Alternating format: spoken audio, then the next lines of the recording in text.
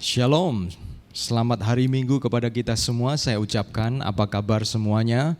Pada kesempatan ini di awal ibadah saya ingin sampaikan pengumuman bahwa mulai hari ini tanggal 6 Februari ibadah SIF House of Restoration akan dilakukan online sampai nanti ada pengumuman yang berikutnya. Ya, artinya kalau ada perubahan untuk minggu-minggu berikutnya baru akan diumumkan.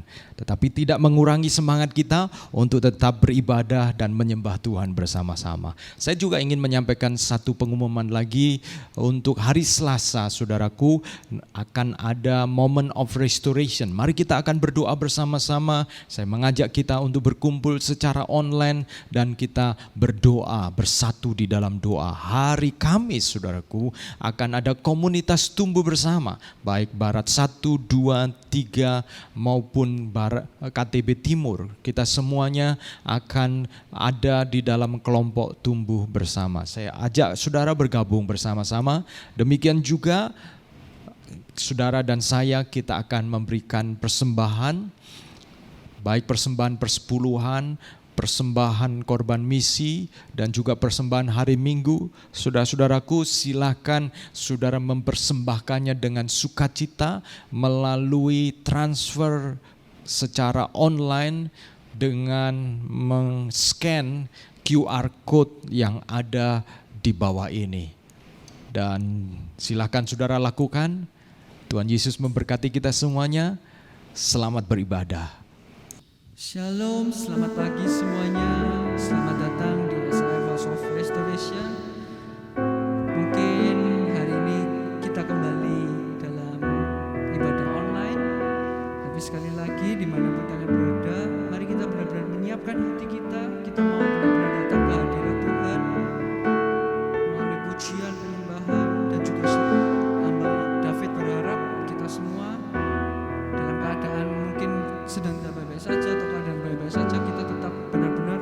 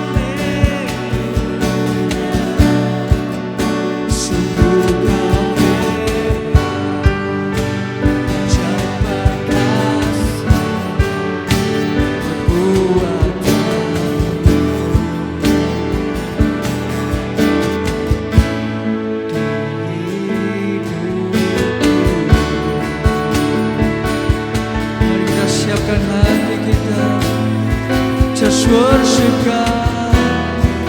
Ini hati kami Tuhan. Thank you Jesus Lord.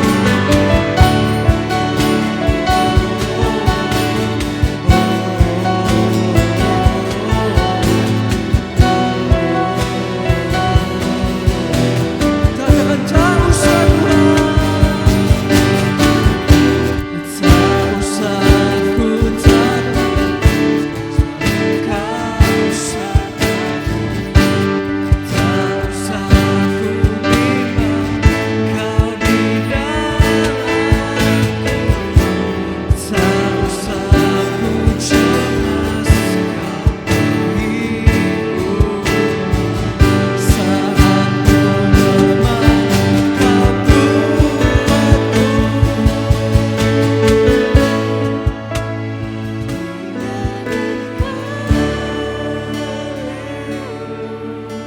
Come on, let's just worship God.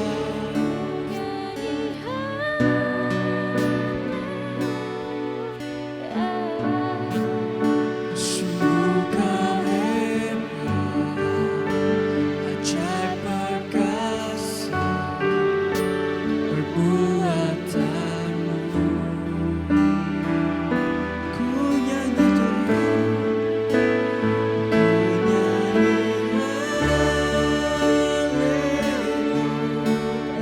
ku nyanyi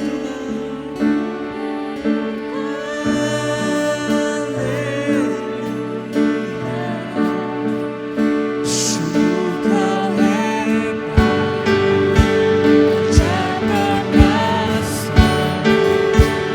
perbuatanmu. Kami nyatakan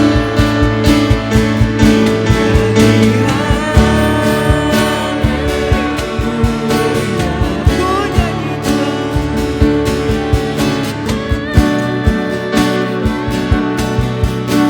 sungguh Engkau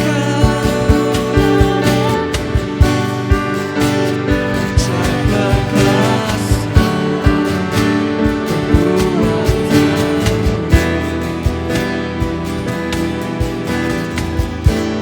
di hidupku.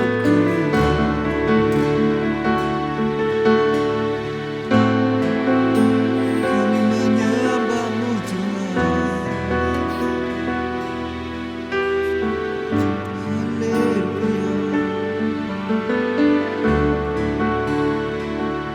Kami menyembah-Mu Bapa. Terima kasih Tuhan. Bapa, terima kasih Tuhan untuk setiap penyertaan-Mu Tuhan dalam setiap hidup kami Bapa. Yesus, kami Tuhan mengandalkan Engkau Tuhan dalam setiap kehidupan kami.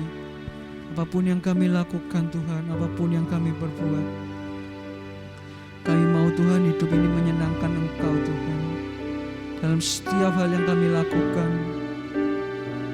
tidak ada Tuhan agenda lain Tuhan dalam kehidupan ini Tuhan. Hanya satu Tuhan agenda, yaitu memuliakan nama-Mu Bapa. Kami hanya mau menyenangkan Engkau Tuhan. Perbarui karakter kami Tuhan, perbarui karakter jemaat YSAF ini Tuhan, agar semakin serupa seperti Engkau Tuhan. Ajarkan kami Tuhan untuk selalu mengandalkan Engkau dalam setiap kehidupan kami. Ajarkan kami Tuhan untuk selalu Tuhan memiliki hubungan yang erat dengan Engkau. Di dalam setiap mungkin hari ini Tuhan kondisi yang tidak menentu Tuhan, ajarkan kami Tuhan untuk selalu mengandalkan Engkau, bukan dengan kekuatan gagah kami Tuhan, tapi semuanya oleh karena pertolongan-Mu Tuhan. Ajarkan kami Tuhan untuk memiliki karakter serupa dengan Engkau. Terima kasih Bapa.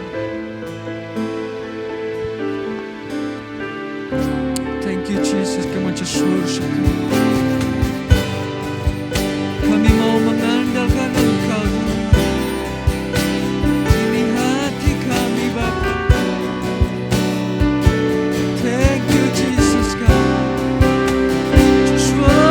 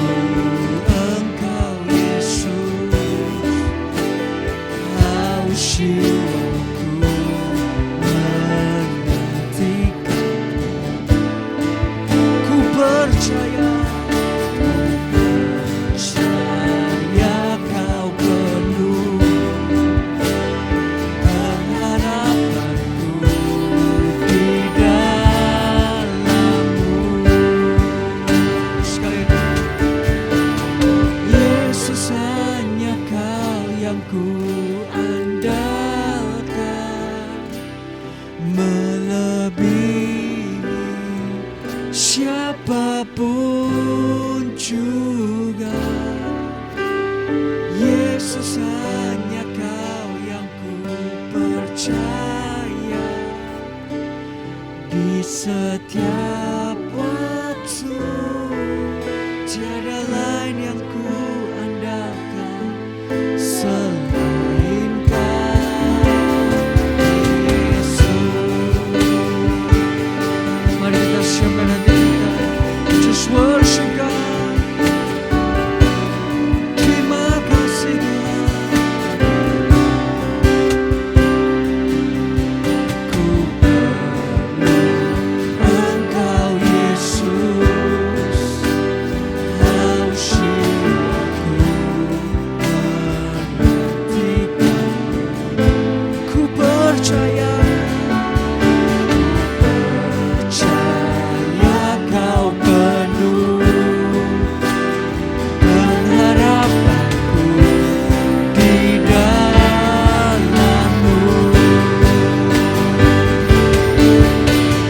Yesus, hanya Kau yang ku andalkan,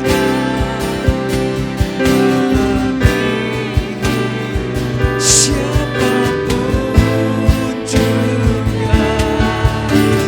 Yesus, hanya Kau yang ku percaya di setiap waktu.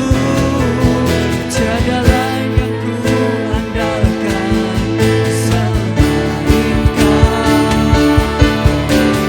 Yesus, hanya Kau yang ku andalkan, melebihi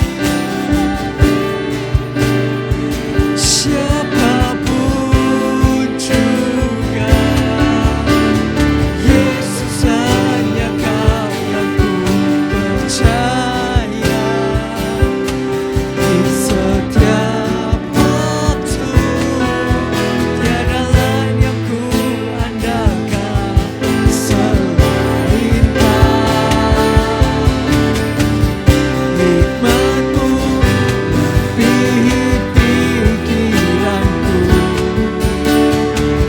jalan-Mu di atas segala jalanku. Tinggi dan dalamnya kasih-Mu hanya Kau, Yesus, yang ku andalkan. Hikmat-Mu melebihi pikiranku. Terima kasih di atas segala jalanku.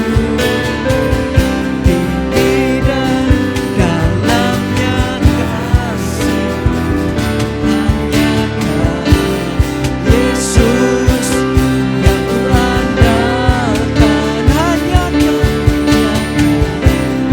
Yesus, yang ku andalkan.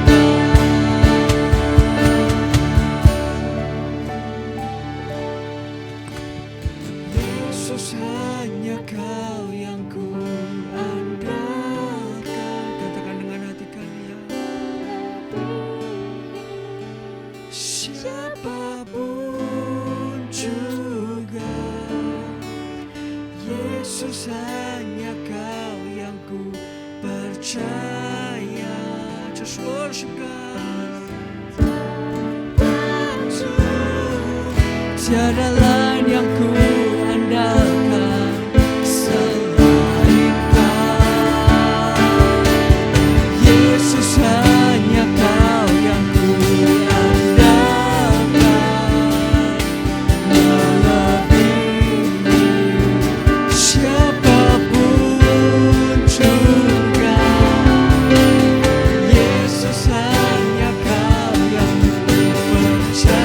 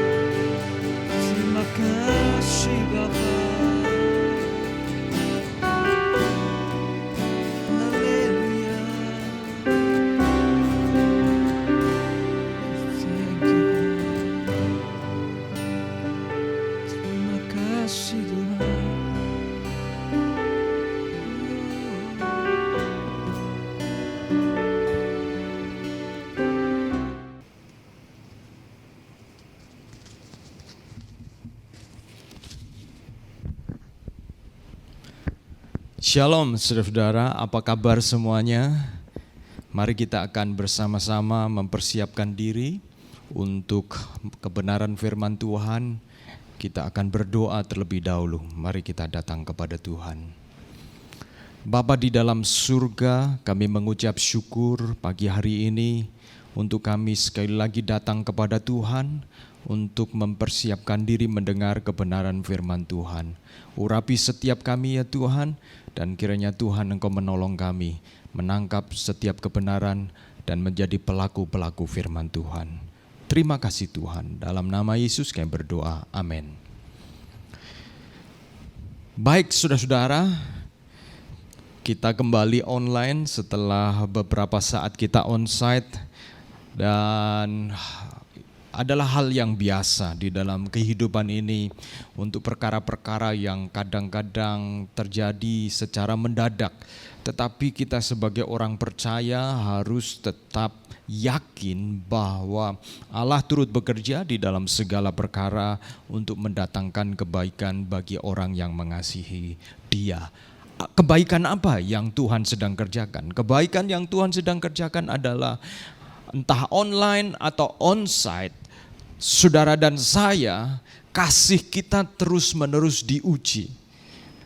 Dan kita terus-menerus iman kita dimurnikan untuk tetap fokus dan mengutamakan Tuhan, entah dalam keadaan yang baik, mendukung, ataupun dalam keadaan yang kurang baik, tidak baik, bahkan seolah-olah menentang kita dan tidak mendukung kita. Tetapi disitulah penyerahan iman kita kepada Tuhan untuk kita terus memiliki iman yang kuat di dalam Dia. Amin, saudara-saudara, puji Tuhan. Dan pada kesempatan pagi hari ini, saya akan mengajak kita untuk merenungkan firman Tuhan di bulan Februari, yang saya beri tema khusus untuk bulan Februari dalam satu tema besar, You are precious to God. Anda adalah berharga di hadapan Tuhan. Kalau bulan Januari kemarin saya berbicara tentang betapa kita ini bernilai, how valuable you are, betapa kita ini bernilai. Dan kemudian di bulan Februari saya mau mengajak kita merenungkan tentang restoring God's purpose, memulihkan tujuan Tuhan di dalam hidup saya dan saudara-saudara. Mengapa kita perlu belajar bagaimana kita dipulihkan tujuan yang Tuhan nyatakan dalam hidup kita? Karena harus diakui tujuan itu telah hancur, telah rusak oleh karena dosa. Dan di dalam minggu pertama ini saya mengajak kita untuk merenungkan firman Tuhan yang saya beri judul Faith and God's Will. Faith bukan fit, tetapi faith, F-A-T-E. Yaitu yang sering diterjemahkan takdir atau nasib versus kehendak Allah. Saya mau ngajak kita membaca terlebih dahulu di dalam Yesaya 43 ayat 18 sampai 19. Demikian bunyi firman Tuhan, firman-Nya, janganlah ingat-ingat hal yang dahulu dan janganlah perhatikan hal-hal yang dari zaman purbakala. Lihat, Aku hendak membuat sesuatu yang baru, yang sekarang sudah tumbuh. Belumkah kamu mengetahuinya? Ya, aku hendak membuat jalan di padang gurun dan sungai-sungai di padang belantara. Ini adalah firman Tuhan yang datang melalui Nabi Yesaya kepada bangsa Israel yang pada waktu itu mereka akan lenyap, akan dihilangkan oleh karena akan ada penyerangan, kerajaan mereka akan dihancurkan. Dan Tuhan berbicara melalui Nabi Yesaya untuk mereka tidak menoleh ke belakang, mengingat-ingat perkara yang purbakala, tetapi mulai melihat ke depan untuk mengantisipasi, mengharapkan, untuk mengharapkan bahwa Tuhan akan mengerjakan hal yang baru. hal-hal yang baru. Nah, ayat ini bagi saya secara pribadi mengingatkan saya di dalam hari raya Imlek ini, saudaraku, untuk kita coba mempelajari dan merenungkan hal-hal yang kemudian juga ada sangkut pautnya dengan Imlek dan juga dengan iman Kristen. Bagaimana kekristenan itu adalah sesuatu yang keyakinan yang baru yang Tuhan berikan kepada saudara dan saya melalui Kristus, pengorbanan Kristus. Maka Kristus telah menyatakan sesuatu yang baru. Seperti kalau dalam Yesaya dikatakan, lihat aku hendak membuat sesuatu yang baru, yang sekarang sudah tumbuh. Belumkah kamu mengetahuinya? Ya, aku hendak membuat jalan di padang gurun dan sungai-sungai di padang belantara. Ada jalan di padang gurun dan sungai-sungai di padang belantara, berbicara tentang sesuatu yang sebenarnya kering, sesuatu yang kita harapkan tidak akan terjadi apa-apa, sesuatu yang kita harapkan ada hal-hal yang tidak baik, tetapi di dalam Tuhan, saudaraku, Tuhan mampu membuat sungai, mampu membuat jalan sekalipun ada di padang gurun. Sehingga saudara dan saya tetap berada di dalam kehendak Tuhan. Nah, saudaraku, pengajaran saya kali ini masih berhubungan dengan kebenaran 2 minggu yang lalu tentang ingatlah penciptamu pada masa mudamu. Apa artinya mengingat pencipta? Dan tentu saja apa artinya mengingat pencipta? Saya akan hubungkan bagaimana hidup kita itu berpusat kepada pencipta kita. The central, pusat dari kehidupan kita adalah Tuhan. Nah, oleh karena pusat dari kehidupan kita Tuhan, maka kita perlu memperhatikan hal-hal, atau paling tidak kita perlu bertanya, apakah benar bahwa hidup saya itu pusat kehidupan saya adalah Tuhan, ataukah hal yang lain, ataukah kebudayaan atau alam atau apapun juga yang kita perlu perhatikan. Dan yang kedua, mengapa saya ingin menyampaikan renungan ini? Karena pada kesempatan minggu ini saya ingin mengajarkan tentang faith, atau yang tadi saya sampaikan versus God's will, yaitu kehendak Allah, sebelumnya takdir atau nasib versus kehendak Allah. Penjelasan tentang takdir. Kita berada di negara Indonesia di mana kata takdir ini sering muncul. Dan saya mau mengajak kita supaya iman kekristenan Anda, saya itu tidak bercampur. Karena seringkali kita sudah ada di dalam budaya yang kita anggap itu sebagai bagian dari kita tidak bisa membedakan lagi bahwa itu bukan dari keyakinan atau iman kekristenan kita. Nah, apa itu takdir, saudaraku? Secara sederhana, kalau saudara bicara tentang takdir itu bahwa segala sesuatu yang terjadi di dalam hidup manusia itu telah ditentukan oleh yang di atas. Seringkali disebut yang di atas, yang artinya Tuhan telah ditentukan yang di atas, tanpa kehendak bebas manusia itu bisa mengubahnya. Itulah takdir. Secara umum itulah pengertian takdir. Dan saudaraku, kita akan melihat dari perspektif pandangan Alkitab.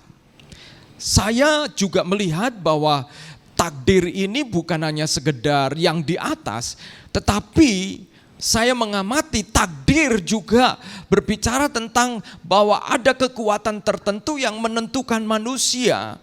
Bukan hanya Tuhan, tetapi termasuk alam. Seolah-olah alam juga mentakdirkan saudara, mentakdirkan manusia.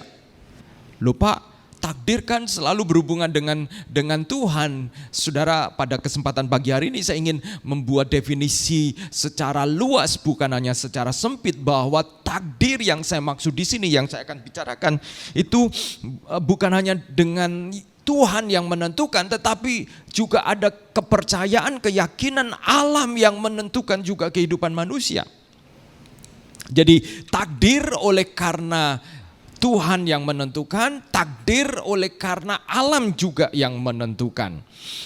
Contoh saudaraku, ketika ada terjadi perceraian misalnya, kadang-kadang kita melihat di TV. Kemudian orang itu mengatakan mungkin kita ini sudah ditakdirkan oleh yang di atas untuk hanya sampai di sini. Seolah-olah perceraian itu adalah memang takdir, sudah ditakdirkan untuk tidak bersama-sama lagi.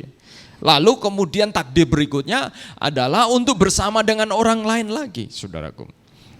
Nah, itu takdir dalam pengertian yang di atas yang menentukan. Ada juga yang kemudian orang yang sakit-sakitan lalu kemudian dicek, diperiksa, dan setelah dilihat rumahnya disimpulkan, oh ini terjadi karena tidak mengikuti aturan, tidak mengikuti ini pintunya dari pintu depan sampai pintu tengah, pintu belakang ini kok lurus ini. Nah, ini tidak boleh gitu ya. Ada pemahaman tentang Feng Shui yang benar. Ya. Feng Shui. Jadi kekuatan alam yang menentukan sehingga kamu sehat, Anda sehat, sakit, makmur, ya menjadi rukun dan lain sebagainya. Ada kekuatan alam. Ini juga saya sebut sebagai takdir, tetapi alam yang mentakdirkan seolah-olah. Orang kemudian termasuk orang yang berusaha menentukan tanggal-tanggal baik untuk pernikahan. Ada tanggal-tanggal yang kemudian dicari, yang setelah dihitung akan membawa berkat, membawa keberuntungan. Jadi dilihatlah tanggal, termasuk sio. Kamu sio apa, saya sio apa, pasanganmu sio apa. Lalu coba dilihat, lalu kemudian termasuk tanggal ini, tanggal itu, lalu kemudian mana tanggal yang paling tepat. Jadi takdir juga ada semacam pemahaman alam ikut menentukan kehidupan manusia. Mengapa saya ingin mengajarkan tentang apakah manusia itu sudah ditakdirkan baik oleh Tuhan maupun alam? Karena yang pertama, kadang orang Kristen sendiri masih dipengaruhi oleh konsep takdir di dalam menghadapi kehidupan sehari-hari. Suatu kepercayaan bahwa semua sudah ditentukan oleh yang di atas, atau takut-takut karena sudah ada penentuan dari alam. Yang kedua, kita juga sering mendapati adanya takdir dalam bentuk lain tadi yang saya sudah singgung, yaitu manusia seolah ditentukan oleh alam sehingga harus memperhatikan waktu dan penanggalan. Anda diramal berdasarkan waktu kelahiran Anda, dan juga dalam penentuan tanggal-tanggal penting harus melihat perhitungan-perhitungan tertentu. Yang ketiga, hampir semua kebudayaan punya perhitungan penanggalan. Tentu salah satu motivasinya adalah keberhasilan dan keberuntungan, kemakmuran. Yang keempat, kebetulan ini momen Imlek. Kadang ada pertanyaan, apakah kita orang Kristen, kita yang sudah Kristen boleh merayakan Imlek? Bagaimana dengan kepercayaan 12 Sio? Saya tentu tidak bisa menjawab semuanya sekaligus begitu, tetapi saya akan mencoba menjawab secara prinsip begitu ya, secara prinsip. Baiklah, berdasarkan sudut pandang iman Kristen, saudaraku. Yang pertama, iman Kristen menempatkan Allah sebagai pusat kehidupan. Allah, ingatlah penciptamu. Allah adalah pusat kehidupan. Inilah yang kemudian disebut teosentrisme. Theos itu Allah, Tuhan, sentris itu pusat. Jadi isme, aliran, keyakinan yang meyakini, mempercayai bahwa Tuhanlah pusat dari kehidupan. Sama seperti agama-agama timur lain, Feng Shui menempatkan alam sebagai pusat perhatian. atau sio, alam sebagai pusat perhatian, yang kemudian kepercayaan, keyakinan disebut kosmosentrisme. Kosmos itu bumi, dunia. Sentrisme adalah pusat. Jadi alam berpusat kepada alam, bumi dan sekitarnya. Hal ini berlawanan kalau budaya barat itu sangat menekankan manusia sehingga disebut antropocentrisme. Jadi berpusat kepada manusia itu sendiri, humanisme seringkali kadang-kadang disebut seperti itu. Nah, kosmosentrisme di satu sisi memang membuat manusia itu menghargai alam. Dan inilah yang harus kita akui, bahwa kadang-kadang kita lupa. Dari perspektif orang Kristen kadang-kadang kita selalu hanya mengingat surga, dan kita nggak terlalu peduli dengan alam. Kita nggak terlalu peduli dengan bagaimana melestarikan alam, karena pikiran kita bahwa di dunia ini kita sementara. Jadi yang kita selalu persiapkan adalah bagaimana hidup di surga atau bagaimana kita pergi ke surga.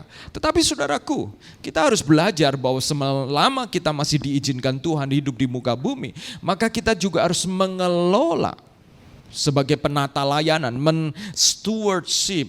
Kita mengelola alam yang Tuhan percayakan. Tetapi juga bukan berarti kita kosmosentrisme, yaitu bahwa alamlah yang menjadi pusat kehidupan kita. Nah saudaraku, kalau kemudian kita tadi bergantung atau berpusat kepada alam, maka baik buruknya kehidupan kemudian dipengaruhi sejauh mana keharmonisan manusia dengan tenaga alam itu. Jadi kalau keyakinan bahwa alam ini sangat menentukan kita, maka baik buruknya itu ditentukan apakah kita bisa harmonis dalam membangun rumah. Perlu dihitung supaya tetap harmonis dengan tenaga-tenaga alam sehingga manusianya sehat, baik, makmur, beruntung. Nah, kalau alam yang menjadi pusat, maka segala sesuatu harus diharmoniskan dengan alam. Sehingga padahal dalam iman Kristen, semua yang terjadi dalam hidup manusia itu tidak terlepas dari pemeliharaan Allah. Jadi kadang-kadang ada orang Kristen, sudah Kristen lama, tetapi masih berusaha mengharmonisasikan, atau kita seolah-olah masih mengikuti bahwa alamlah yang menentukan segala sesuatu dalam hidupnya. Dan bukan Tuhan. Nah itu menarik, jadi rajin ke gereja, beribadah, tetapi masih memperhatikan hal-hal yang takut kepada apa yang bisa terjadi oleh karena berkesalahan dengan alam, tidak harmonis dengan alam. Nah saudaraku, sebenarnya saya ingin sampaikan bahwa perhitungan keharmonisan dengan alam tersebut itu tidak cocok dengan iman Kristen dalam beberapa aspek. Aspek yang pertama, sumber hidup ciptaan. Feng Shui, Shio itu mengakui bahwa sumber kehidupan terletak pada alam itu sendiri. Sedangkan kekristenan mengakui Allah sebagai awal, sumber dan sang pencipta itu sendiri. Allah lah sebagai sumber, Allah lah sebagai pusat dari segala sesuatu. Dalam Kejadian pasal 1 ayat 1 dikatakan, pada mulanya Allah menciptakan langit dan bumi. Yohanes pasal 1 ayat 1, pada mulanya adalah firman. Firman itu bersama-sama dengan Allah, dan firman itu adalah Allah. Pada mulanya bersama-sama dengan Allah segala sesuatu, ayat 3, dijadikan oleh Dia, dan tanpa Dia tidak ada suatu pun yang telah jadi dari segala yang telah dijadikan.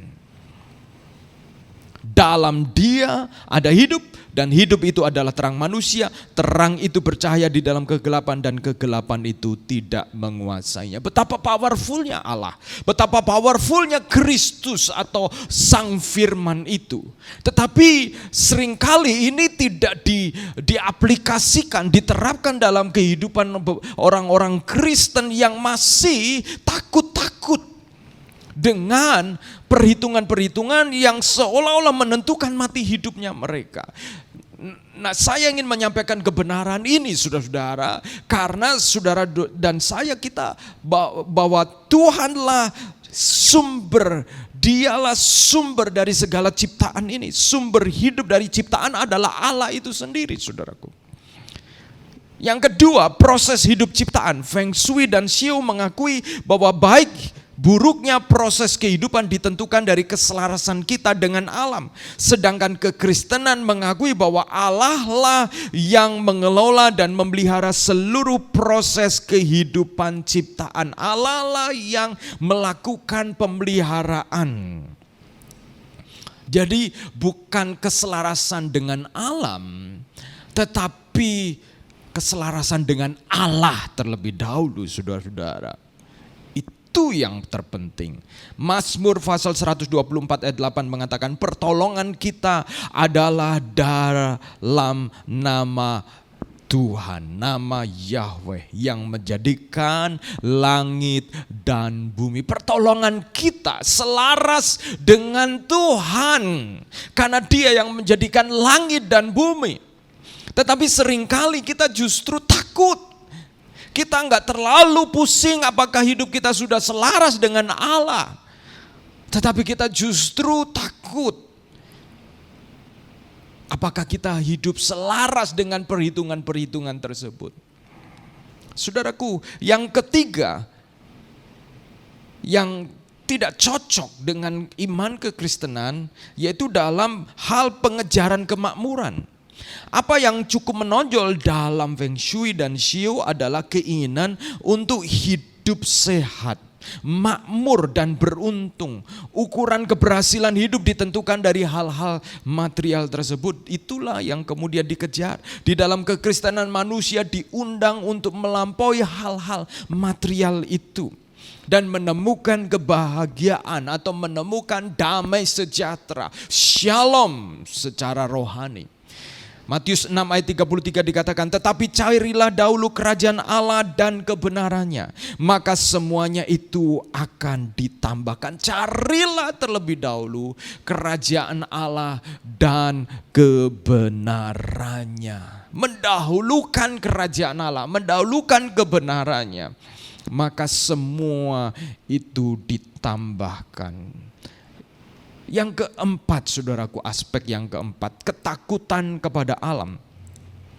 Dalam Feng Shui, Xiu atau astrologi yang umum, ya ilmu perbintangan umum, horoskop, masa depan ditentukan oleh sebuah hukum, yaitu alam, yang bahkan menentukan takdir manusia. Kamu kalau lahir lahir Xiumu ini, maka kamu punya karakter seperti ini. Berarti kan seolah-olah sudah ditentukan oleh alam.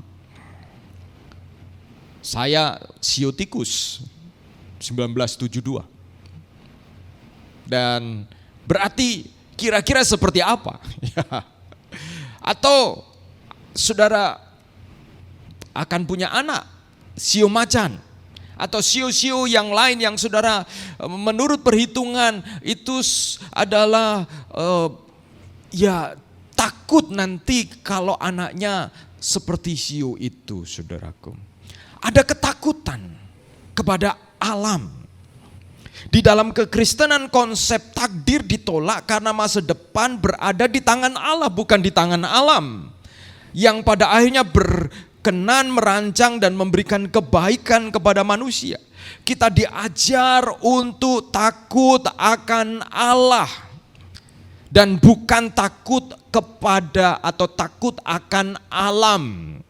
Bahkan alam ini dipercayakan oleh Allah untuk kita kuasai di dalam ketika manusia diciptakan. Artinya manusia dipercayai untuk mengelola alam dengan kemudian mempertanggungjawabkannya kepada Allah. Dalam Kejadian 1 ayat 28 dikatakan Allah memberkati mereka, yaitu manusia yang pertama. Lalu Allah berfirman kepada mereka, beranak cuculah dan bertambah banyak, penuhilah bumi dan taklukkanlah itu. Berkuasalah atas ikan-ikan di laut dan burung-burung di udara dan atas segala binatang yang merayap di bumi, saudaraku. Jadi Tuhan pencipta kita telah memberikan satu kepercayaan kepada manusia untuk menaklukkan ciptaan, menaklukkan alam dan berkuasa. Tetapi kata menaklukkan dan berkuasa itu bukan dengan gambaran seperti seorang majikan kepada budak, bukan. Tetapi seperti seorang pengelola yang dipercayai untuk mengelola asetnya. Dan saudara bisa melihat dalam perumpamaan di dalam Perjanjian Baru, di mana ada orang-orang yang diberi talenta untuk mengelola itu. Dan nanti kemudian diminta untuk bertanggung jawab. Jadi saudaraku, justru manusia ini diberi tanggung jawab untuk menguasai alam. Nah, yang menjadi masalah adalah ketika manusia tidak bertanggung jawab kepada Allah di dalam menguasai alam, di mana itu semua untuk perutnya sendiri, itu semua untuk egonya sendiri, dan kemudian mengeksploitasi alam tanpa takut akan Allah. Itulah yang menjadi sumber masalah, saudaraku. Tetapi saudaraku, ketakutan kepada alam seringkali begitu menghantui sehingga melunturkan takut akan Allah, takut akan Tuhan. Saudara, Yeremia pasal 29 ayat 11 mengatakan, sebab aku ini mengetahui rancangan-rancangan apa yang ada padaku mengenai kamu. Demikianlah firman Tuhan, yaitu rancangan damai sejahtera dan bukan rancangan kecelakaan, untuk memberikan kepadamu hari depan yang penuh harapan. Saudara, itulah yang seringkali kita takutkan dengan masa depan sehubungan dengan alam. Nanti kamu begini, kamu anakmu begini, kita takut. Kita lupa. Kita harus takut, lebih takut kepada Allah. Takut kepada Allah. Yang kelima, mengandalkan Tuhan dan bukan pengertianmu sendiri. Berkaitan dengan ramalan yang dilakukan dalam Feng Shui, Siu atau horoskop maupun tradisi yang lain, yaitu termasuk horoskop tadi, Pisces, Sagittarius, Leo dan lain sebagainya, yang itu sebenarnya berasal dari budaya Babilonia yang kemudian diadopsi menjadi horoskop masa kini modern, saudaraku. Amat penting buat kita untuk meyakini bahwa masa depan berada di tangan Tuhan. Ia adalah Allah masa lalu, masa kini, dan masa depan. Matius 6 ayat 34 mengatakan, sebab itu janganlah kamu khawatir akan hari esok, karena hari esok mempunyai kesusahannya sendiri. Kesusahan sehari cukuplah untuk sehari. Dalam konteks ini saudara, sebelumnya ayat 33 bicara carilah dahulu kerajaan Allah dan kebenarannya, maka segala sesuatu semuanya itu akan ditambahkan. Konteksnya yaitu kita mengutamakan Tuhan, dan ketika kita mengutamakan Tuhan kadang-kadang ada kesusahan, kesulitan, dan karena kita kesulitan, kita takut kesulitan-kesulitan yang akan datang, kita begitu menjadi lebih khawatir lagi. Firman Tuhan mengatakan, janganlah kamu khawatir akan hari esok, karena hari esok punya kesusahannya sendiri. Kesusahan sehari cukuplah untuk sehari. Saudara-saudara, apa yang saudara bisa lakukan hari ini, lakukanlah yang baik, lakukanlah yang baik, saudara-saudara. Jangan terlalu khawatir, saudara-saudara. Jangan terlalu khawatir. Bahkan bukan hanya jangan terlalu khawatir, jangan khawatir, firman Tuhan. Bukan hanya itu, Alkitab secara tegas melarang orang Kristen melakukan praktek ramalan, karena dengan demikian manusia lebih mempercayai hasil ramalan ketimbang Allah itu sendiri. Dan bahkan kadang-kadang saudaraku, ada orang-orang yang kemudian orang-orang Kristen yang saya melihat mendukunkan gitu ya. Orang-orang yang bisa meramal hidup mereka, walaupun istilahnya nubuat. Saudara dan saya harus lebih bergantung kepada Tuhan. Ya, lebih bergantung kepada Tuhan daripada ramalan-ramalan, termasuk yang kemudian bisa salah, saudara-saudara. Saya percaya, saudara-saudara, bahwa Tuhan bisa berbicara melalui hamba Tuhan. Saya percaya.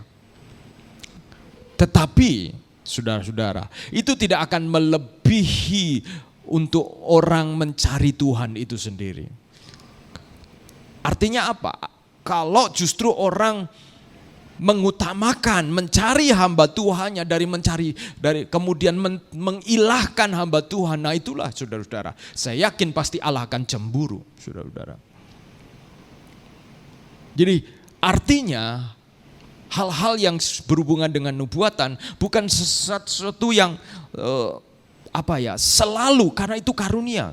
Kalau Allah melihat itu dibutuhkan, Allah akan melakukan. Tetapi dengan tujuan kekal, bukan hanya tujuan untuk sesaat-sesaat kepentingan sendiri. Saudara-saudara, terlalu murah nubuat hanya untuk kepentingan-kepentingan sendiri.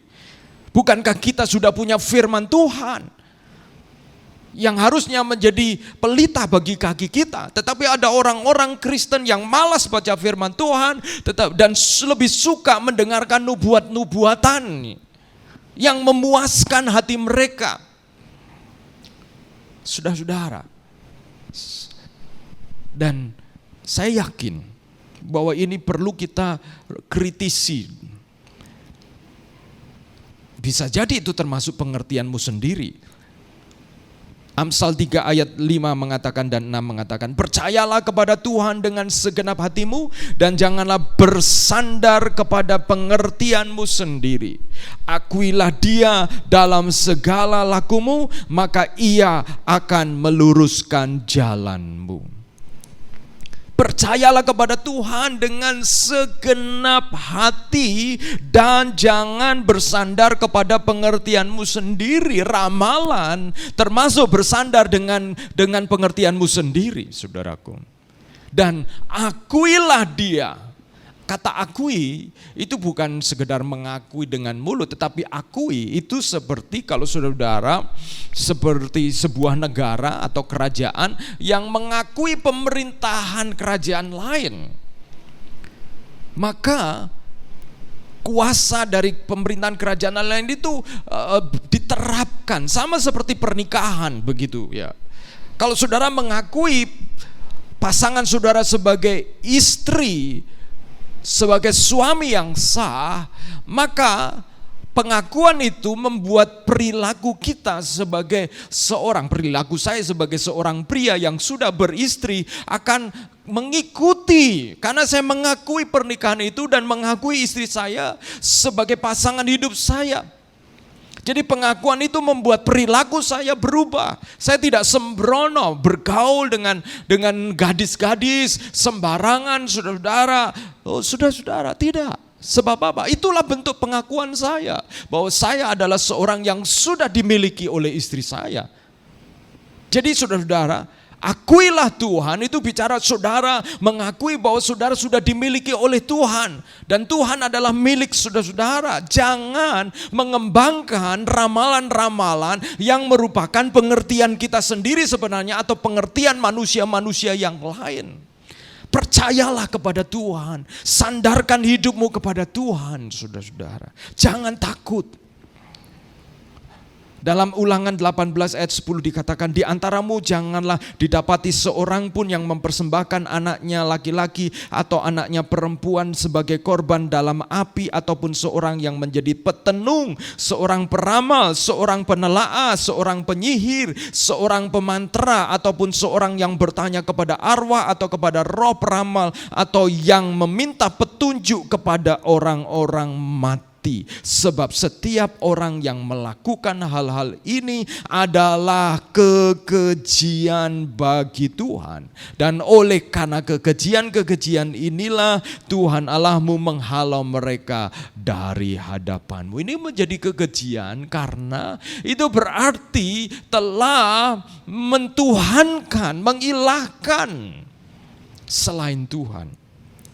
Ramalan-ramalan itu, saudara-saudara. Jadi dari dasar ini, maka saya mau jawab pertanyaan berikutnya. Bagaimana ketika kita merayakan Imlek? Bolehkah orang Kristen merayakan Imlek? Tentu jawabannya boleh. Imlek atau Xinjia merupakan perayaan tahun baru bagi masyarakat Chinese Tionghoa. Dan itu tidak berhubungan dengan agama sebenarnya. Agama tertentu. Kenapa? Karena Imlek itu merayakan tahun baru. Imlek dalam National Geographic Indonesia, Imlek itu berarti itu bulan, lek itu penanggalan yang berasal dari Hokkien.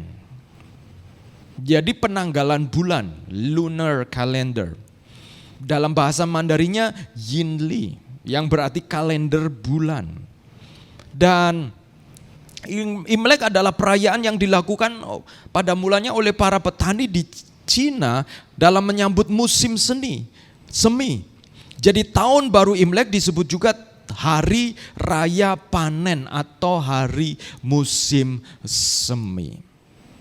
Nah, di dalamnya memang ada legenda yang menceritakan tradisi Imlek. Disinilah yang kemudian bercampur, ya saudara-saudaraku. Di mana di dalam tradisi itu penduduk mengetahui cara untuk membuat satu makhluk yang disebut nian. Itu ketakutan. Yaitu nian akan lari ketakutan ketika melihat seorang anak yang memakai baju merah.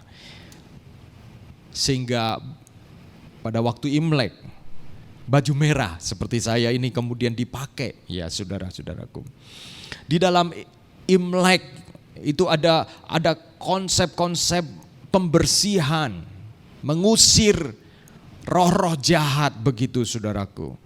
Nah, dengan cara membuat keramaian dan lain sebagainya, sehingga ada mercon dan lain sebagainya, ada barongsai untuk membersihkan.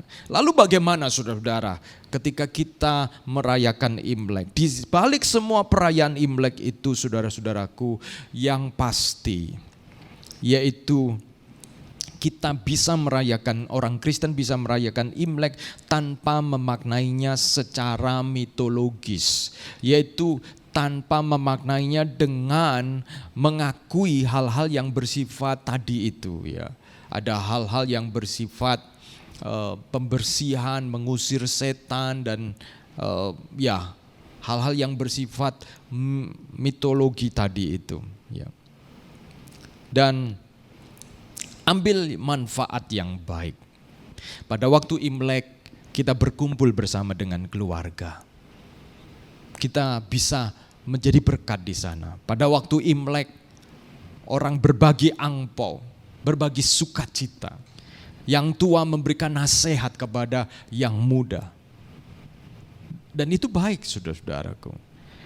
Dan ada hal-hal yang lain yang kemudian saudara, misalnya pada waktu Imlek, kemudian kalau harus melakukan penyembahan kepada yang lain, nah inilah yang kemudian, atau kepada leluhur. Kepada leluhur kita harus menghormati. Selama mereka hidup kita harus menghormati.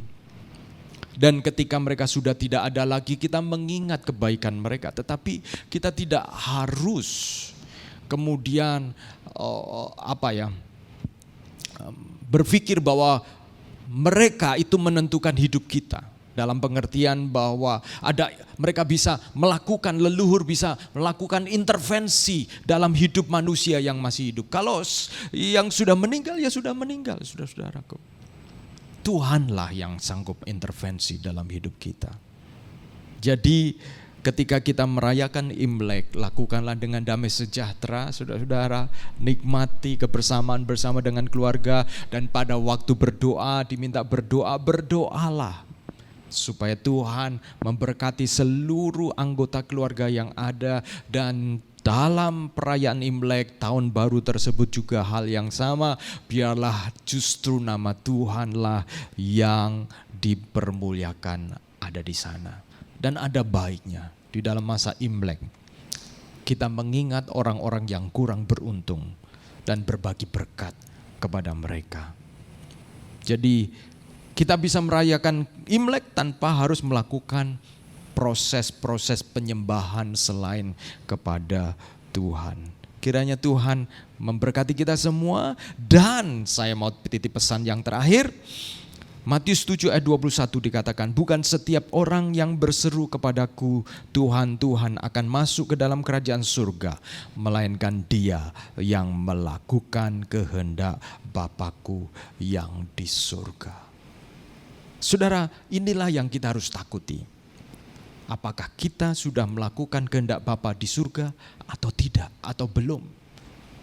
Karena takut akan Tuhanlah permulaan dari segala pengetahuan, segala hikmat. Sebagai orang Kristen, yang menjadi pedoman kita adalah melakukan kehendak Allah. Itulah ketetapan satu-satunya bagi setiap anak-anak Allah, yaitu melakukan kehendak Allah. Mari kita datang kepada Tuhan, jangan takut. Tidak ada takdir. Dalam satu pengertian bahwa Allah menentukan segala sesuatu sepenuhnya, ada kehendak bebas yang Tuhan izinkan terjadi. Dan dikatakan sesuai dengan firman Tuhan yang kita baca di dalam Yesaya tadi, bahwa Tuhan punya rencana yang indah. Bukan rancangan kecelakaan, Yeremia pasal 29 ayat 11. Tetapi rancangan yang penuh dengan damai sejahtera. Takutlah akan Tuhan. Percayalah kepada Tuhan dan janganlah berjalan menurut pengertian saudara sendiri. Mari kita datang berdoa. Bapa di dalam surga, kami mengucap syukur ya Tuhan, pada kesempatan pagi hari ini kami mau berdoa buat firman Tuhan, supaya firman Tuhan itu mendarat masuk di dalam hati kami masing-masing, sehingga setiap kami memiliki hati nurani yang teguh, jelas, jernih tentang kehidupan kami, bahwa setiap kami tidak terlepas dari budaya. Tetapi di dalam budaya itu kadang-kadang bercampur dengan nilai-nilai yang bisa membuat kebingungan di dalam iman kami kepada Engkau ya Kristus. Tolong kami untuk menjadi bijak, tidak menjadi sok benar, tidak menjadi seorang yang sombong dengan kebenaran, tetapi justru menjadi orang yang dipenuhi belas kasihan oleh karena kebenaran. Dan kami mau berdoa juga Tuhan untuk saudara-saudara kami yang sakit saat ini. Kami mau mendoakan mereka, untuk mereka Engkau lawat mereka, saudara-saudara kami yang sakit ini. Juga mereka yang sedang isolasi mandiri di rumah-rumah. Mari ya Tuhan, Engkau lawat mereka, Engkau sembuhkan mereka. Kami juga berdoa buat saudara-saudara kami yang mungkin ada di rumah sakit. Tuhan kami, Engkau lawat mereka. Kami terus berdoa supaya Tuhan menolong agar kami seluruh bangsa Indonesia dan seluruh dunia ini dapat melewati pandemik ini dengan baik. Kami juga berdoa Tuhan Kau menolong supaya Tuhan menjagai kami semua, untuk kami tetap menjalankan prokes dengan baik, dan karena dengan demikian kami berarti menjaga diri kami sendiri dan juga melindungi orang lain juga Tuhan. Tuhan Engkau berkati setiap kami, dan kami juga berdoa ya Tuhan, untuk saat ini kami akan memberikan korban persembahan ya Tuhan. Kami mau berdoa supaya Tuhan Engkau memberkati setiap kami, Engkau menolong ya Tuhan, pekerjaan kami dan sumber-sumber penghasilan rezeki kami. Biarlah Tuhan Engkau yang mempercayakan pekerjaan itu kepada kami. Biarlah Tuhanlah yang menjadi sumber berkat kami. Engkau berkati setiap persembahan, baik persembahan persepuluhan, persembahan misi maupun persembahan korban, persembahan yang lain. Tuhan memberkati semua itu. Dan Tuhan, Engkau tidak pernah berhutang. Engkau selalu menjadi Allah yang memberkati kami. Terima kasih Tuhan, kami mengucap syukur dan demi nama Tuhan Yesus Kristus kami mau berdoa. Amin. Baik. Puji Tuhan, kita telah mendengarkan firman Tuhan yang berbicara bahwa Tuhan adalah Allah yang Maha Tahu. Dia mempunyai rencana yang terbaik di dalam kehidupan kita anak-anaknya.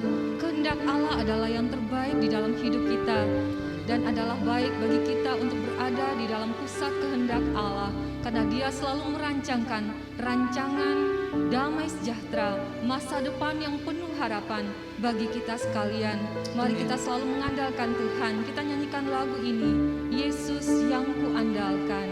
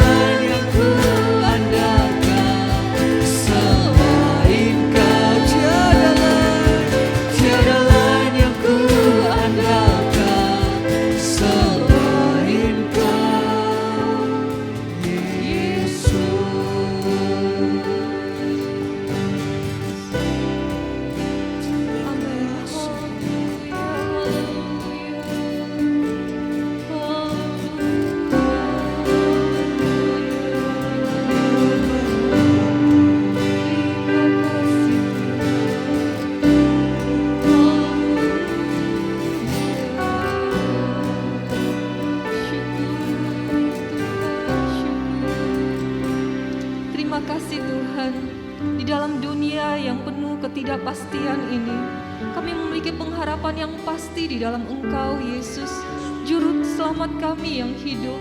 Terima kasih karena Engkau adalah gembala kami yang baik, yang pasti menuntun kami kepada air yang tenang, kepada rumput yang hijau. Bahkan sekalipun kami melewati lembah kekelaman, Engkau ada bersama-sama dengan kami. Dan kami percaya Tuhan, bahwa kebajikan dan kemurahan belaka akan mengikuti kami seumur hidup kami. Dan kami mau tetap tinggal di dalam rumah-Mu, dekat dekat dengan hadirat-Mu Tuhan.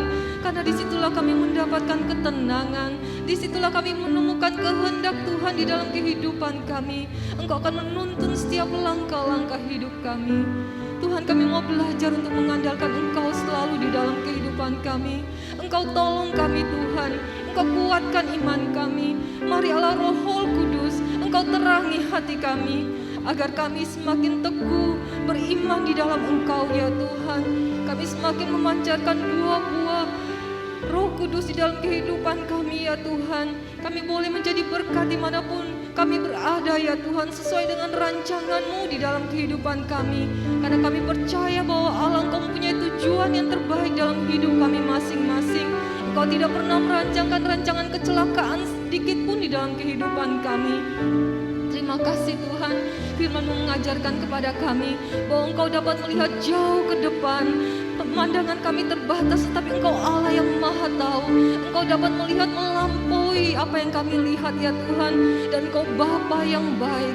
Oleh karena itu Engkau menyediakan rancangan yang terbaik bagi kami. Tolong kami Tuhan, tuntun kami oleh Roh Kudus-Mu, agar kami dapat berjalan sesuai dengan kehendak-Mu dan hanya mengandalkan Engkau di dalam kehidupan kami. Terima kasih Tuhan, biarlah pengharapan yang kami miliki di dalam Engkau ini ya Tuhan, boleh dimiliki juga oleh keluarga kami, teman-teman kami, orang-orang di dekat kami. Engkau memakai kami untuk menjadi saksi-Mu. Biarlah pengalaman hidup kami boleh menjadi berkat bagi mereka. Biarlah teladan kehidupan kami akan diikuti oleh anak-anak kami, keluarga kami, keturunan kami ya Tuhan. Mereka juga boleh mencontohi teladan iman kami, di mana kami belajar mengandalkan Engkau ya Tuhan. Terima kasih Tuhan. Saudara-saudara yang saya kasihi di dalam Tuhan, mari kita mengangkat tangan dan menerima berkat Tuhan. Tuhan memberkati engkau dan melindungi engkau. Tuhan menghadapkan wajah-Nya kepadamu dan memberi engkau kasih karunia. Tuhan menyinari engkau dengan wajah-Nya dan memberikan engkau damai sejahtera. Terimalah seluruh berkat Allah ini di dalam nama Bapa, Anak dan Roh Kudus.